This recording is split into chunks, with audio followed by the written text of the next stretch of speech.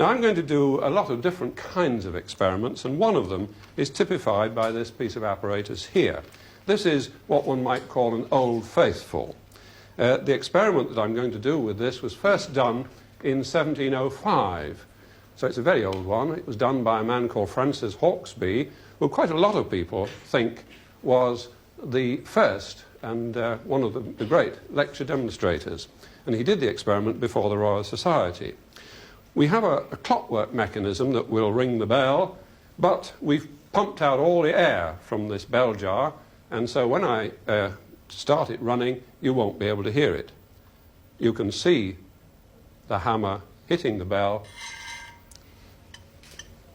It's got a life of its own, this plunger. I've got to hold on to it. But you can see it striking the bell, but because there's no air inside, you can't hear it. Now, I'm going to let the air in. And as we let the air in,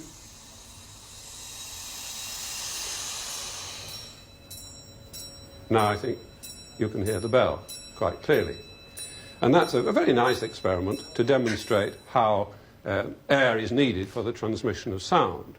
Now, this experiment was done a good deal later, in the middle of the 19th century, by John Tyndall, who in fact followed Michael Faraday as director of this institution.